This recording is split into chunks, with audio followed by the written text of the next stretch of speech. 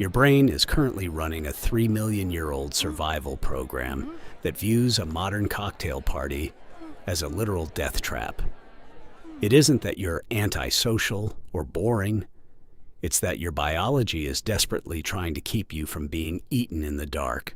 For 99% of our history, being alone was a death sentence.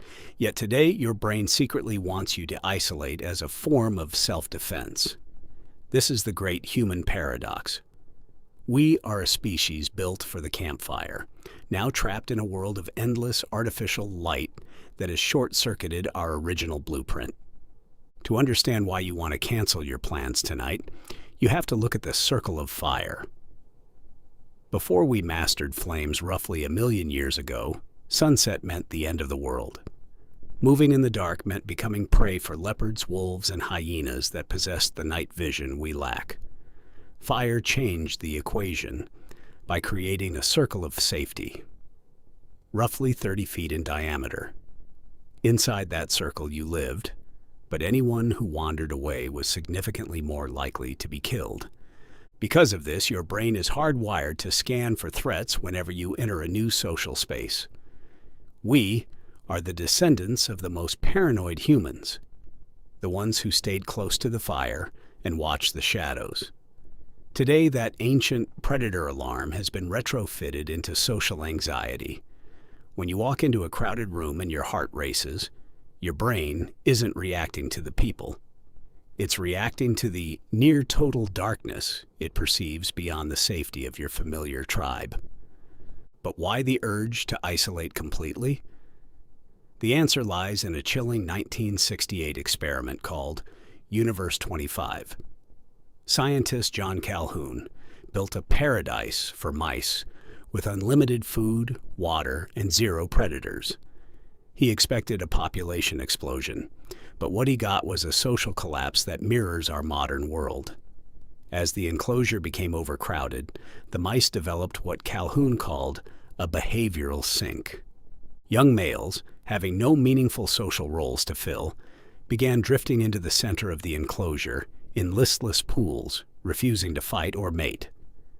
Even more haunting was the emergence of a group Calhoun named the Beautiful Ones.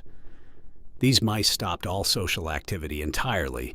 They simply ate, slept, and groomed themselves in total isolation. They were physically perfect, but functionally dead because their spirits had died years before their bodies did. Calhoun's conclusion was terrifying. When the number of individuals exceeds the number of meaningful roles available, the social fabric dies. In our digital age, where we are constantly crowded by billions of voices online, many of us are subconsciously becoming the beautiful ones, opting out of the species because we feel there is no role left for us to play. We feel like aliens on our own planet because our bodies are essentially prototypes that never got a final update. Our spines are horizontal bridges forced to stand upright, leading to chronic pain for 80% of us. We have alien eyes that burn in our own sunlight, forcing us to invent chemical pastes just to go outside. This mismatch extends to our minds. We evolved in small groups where every face was familiar. Now, we encounter more strangers in a single day than our ancestors did in a lifetime. Your brain handles this by activating an internal critic. This critic generates hundreds of social responses but filters out almost all of them, whispering that your thoughts are too weird or too random to share. It is trying to make you invisible so you stay inside the circle, but in doing so, it steals your words before they can leave your mouth. To override this biological urge to hide, you need a psychological reset. The first step is the 5-second decision rule. When someone speaks to you, you have exactly 5 seconds to respond with the very first thing your brain serves up. Why? Because your first instinct is usually more authentic than the better version your internal critic is trying to polish. By refusing to analyze the safety of your words, you break the social ambush and prove to your brain that the leopard in the shadows isn't real. Most people think being magnetic means being the smartest person in the room, but the most powerful conversationalists are actually strategically ignorant. This means playing dumb about things you already understand to allow the other person to feel like the expert. If you ask questions a curious 12-year-old would ask, "How does that even work?" Or, "What's that like?" You shift the pressure of performance off yourself. This triggers a curiosity cascade, turning a surface-level interaction into a goldmine of connection. When you stop trying to be interesting and start being interested, your brain stops perceiving the conversation as a control test and starts seeing it as a spider web of potential topics. Part of why your brain wants you to be alone is to avoid the emotional scavengers who drain your energy.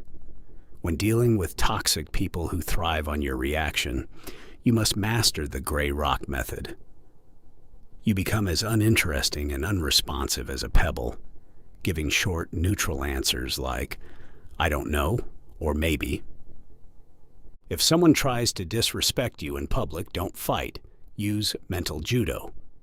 Deploy the cold smile, a tiny dismissive lift of the corners of the mouth that treats their insult like a toddler's scribble.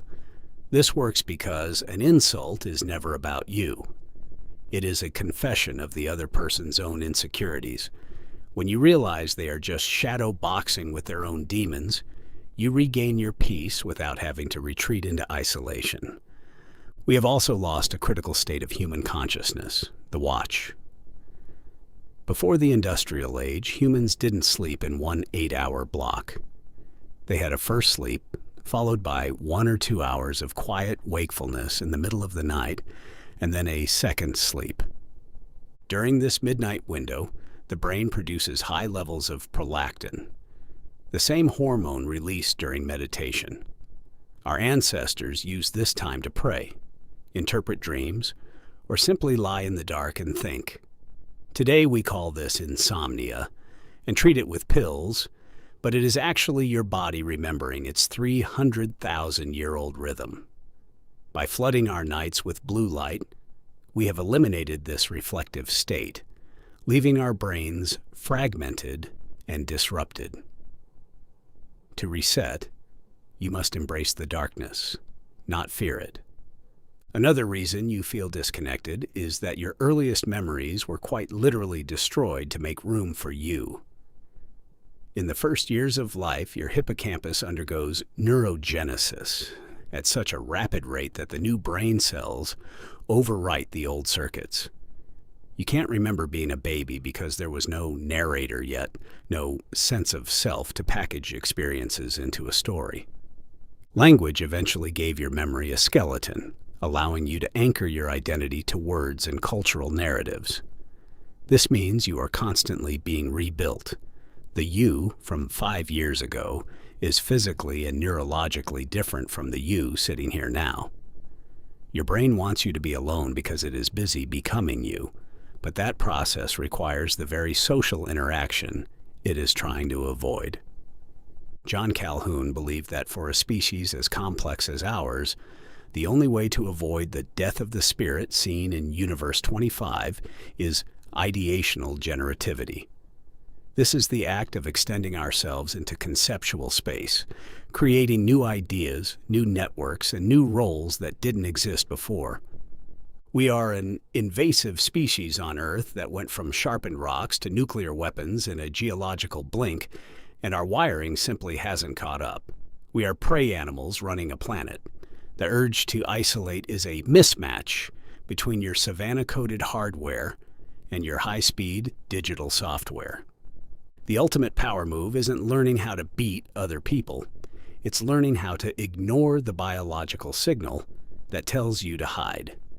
You don't need external validation to exist in a space. You belong there because you are the latest version of a 300,000-year-old story that is still being written. Next time you feel the urge to cancel plans and disappear, remember, that's just your brain trying to protect you from a leopard that died out 10,000 years ago. Stop performing for approval and start being the most interested person in the room.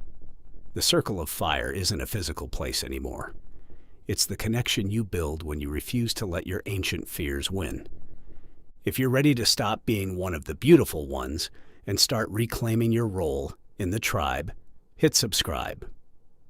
True strength is found in the quiet wakefulness of a mind that is finally unbothered by the chaos of the world.